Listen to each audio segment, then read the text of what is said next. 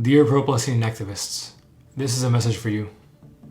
I know your intentions are good, and your heart is in a good place.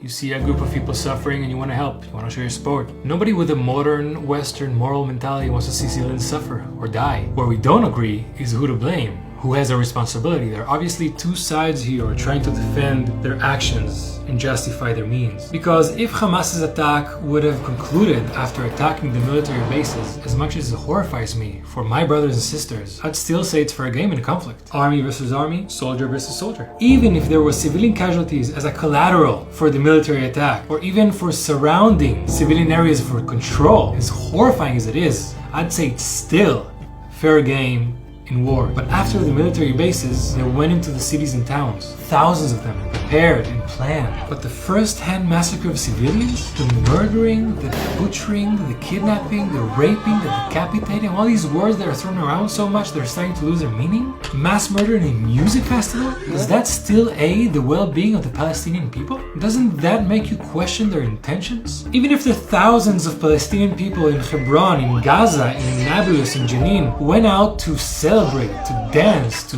distribute sweets moments after watching the massacre, doesn't that make you question their intentions even a little bit? After all these media companies rushed to publish articles blaming Israel for the bombing of the Al-Hali hospital, holding that position for days, even with all of the evidence coming out, and even after realizing it wasn't Israel but the Palestinian Islamic Jihad, they didn't retract or apologize. Doesn't that make you raise an eyebrow at your trusted sources? I mean, it seems like they didn't even check their sources. The Beirut explosion that flattened half a city killed 218 people, and a parking lot explosion killed 500? How can they count 500 bodies in less than an hour? After Hamas released so much footage from their body cams and their phones, and then said they never targeted civilians. We didn't kill any civilian. What about the 260 bodies at the music festival? I cannot confirm this Israeli propaganda. Doesn't that make you question their word even a little bit? I know this can easily stem into history and politics, so I intentionally only talked about things that happened these past few weeks and only used things filmed not by the Israeli media so we can have some common ground. I believe it's great to go out and demonstrate for the safety of the Palestinian people. But if in your demonstration you have signs like these, taking down signs of kidnapped women and children, doesn't that make you question the integrity of your group? These are pictures of kidnapped women and children. Taking them down is not recognizing the suffering of innocents.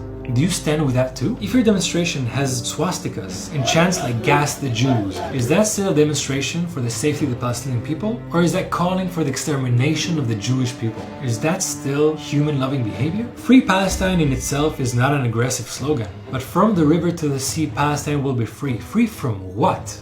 From Israelis? Because I'm guessing they're not referring to the Christian Arabs that identify as Israeli, or the Bedouins or the Druze that identify as Israelis. So free from what? Free from Jews? Because this isn't about the West Bank or the 1967 occupied territories. This is about everything, even the not occupied, from the river to the sea. If you do wish to erase all Israelis and or Jews from the land, doesn't that make you question your humanitarian intentions? Chants of intifada in the demonstrations are chants of violence. The Palestinian intifadas were a sequence of suicide bombings, run-over attacks, shootings and stabbings, among other things, done to civilians by civilians. Is that pro-Palestinian or is it anti-Israelis? Is it pro-life? Is it really your intentions? Because let's be honest now, if you were silent during Hamas's massacre, asked for a ceasefire only after Israel's attack, and ignored the kidnapped, if you deny Hamas's massacre even after they released all of their footage, if you were outraged hearing about Israel bombing a hospital and then stayed silent when you found out it was the Palestinian Islamic Jihad, if you march with people holding signs like these, if you're silent about people ripping papers of kidnapped civilians, or are silent about Gas the Jews, Intifada, and from the river to the sea, Palestine will be free? If your answer to all these was no, then great, we're on two sides of the same boat. If you answered yes to any of these, but it made you question it, even a little bit, then I encourage you to rethink which side you choose to believe. But if you answered yes, even to one of these questions, and you're still standing your ground, then don't lie to us, or to yourself. You're not advocating for the safety of innocents, you're advocating for the destruction of the only Jewish country in the world. And if you are, we've had enough experience with you to know how this goes. We've had enough of showing the massacres done to us. We've had enough of saying the words murder, burn, rape, and kidnap. So move aside.